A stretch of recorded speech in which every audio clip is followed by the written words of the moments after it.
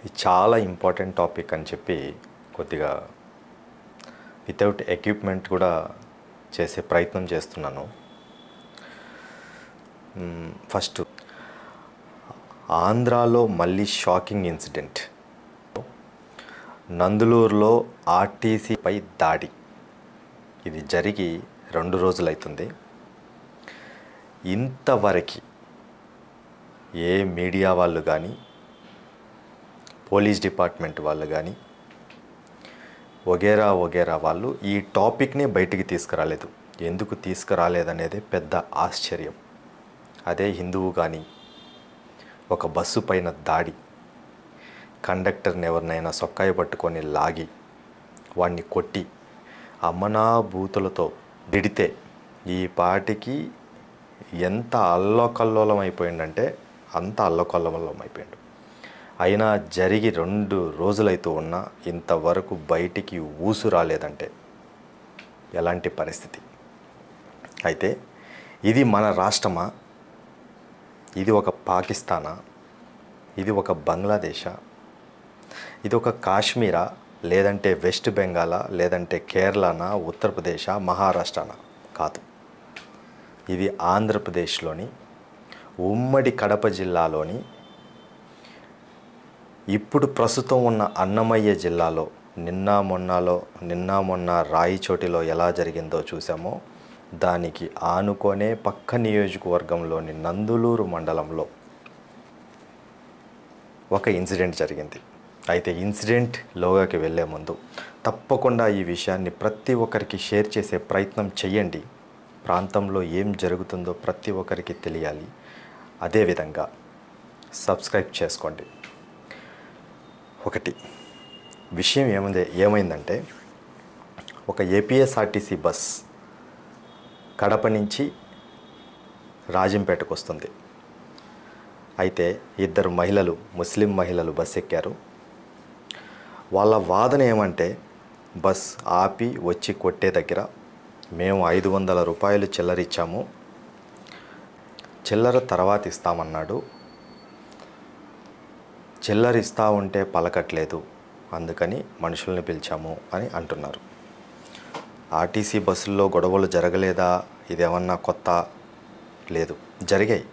కానీ ప్రీ ప్లాన్డ్గా ఒక చిల్లర కోసము బస్సు ఆపి దుర్భషలాట ఆడి బస్సు విండోలో ఇతర రాష్ట్రాల్లో మత విధ్వంసాలకు సంబంధించిన గొడవలు ఏ విధంగా జరుగుతాయో ఆ విధంగా కాలరు పట్టుకొని అమ్మనా బూషులు తిడుతూ బస్సు ఏ విధంగా ఎక్కారో మీకు నేను వీడియో చూపిస్తాను, ఒకసారి చూడండి.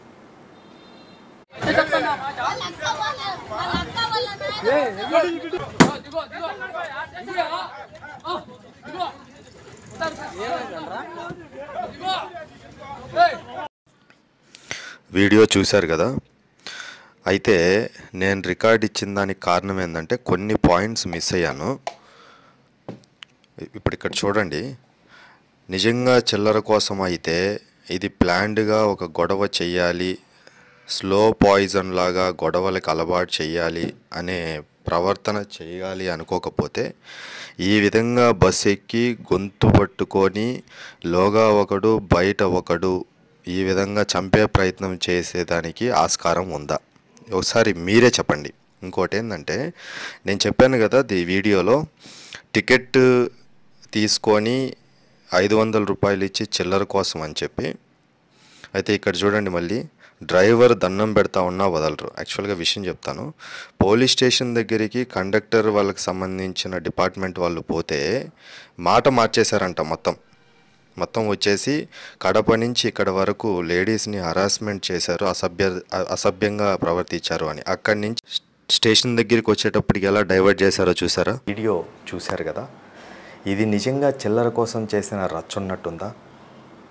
చిల్లర కోసం జరిగిన గొడవ ఉన్నట్టుందా? ఒకసారి ఆలోచించండి. మన రాష్ట్రం నిజంగా సమస్యలో ఉందా లేదా? ఇది ఈ రాష్ట్రంలో బ్రతికే ప్రతి ఒక్క యువతకి, ప్రతి ఒక్క మానవుడికి, ప్రతి ఒక్క ప్రజలకి హెచ్చరిక కాదా?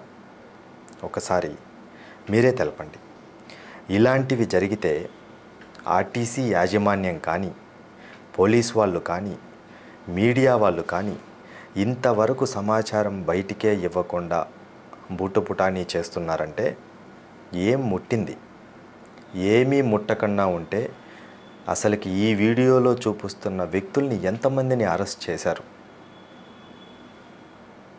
ప్రభుత్వాలు మారి ప్రభుత్వాలు సమాజాన్ని మోసం చేస్తున్నాయా? భావితరాల భవిష్యత్తు ఈ రాష్ట్రంలో క్షేమంగా ఉండేనా అనే అనుమానాలు చాలామందికి లేవదీస్తున్నాయి.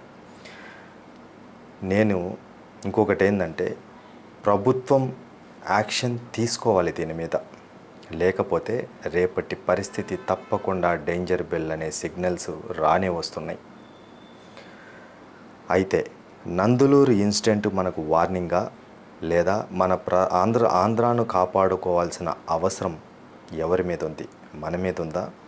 కాపాడాల్సిన బాధ్యత రాజకీయ నాయకుల మీద ఉందా? కాపాడాల్సిన బాధ్యత పోలీసు వాళ్ళ మీద ఉందా? లేదా ప్రభుత్వం మీద ఉందా అనేది తప్పకుండా కామెంట్ రూపంలో తెలియచేయండి. ఈ సమాచారం మీకేదైనా తెలిసి ఉంటే అయినా ఆ సమాచారాన్ని కూడా కామెంట్ రూపంలో తెలియచేయండి. Thank you very much.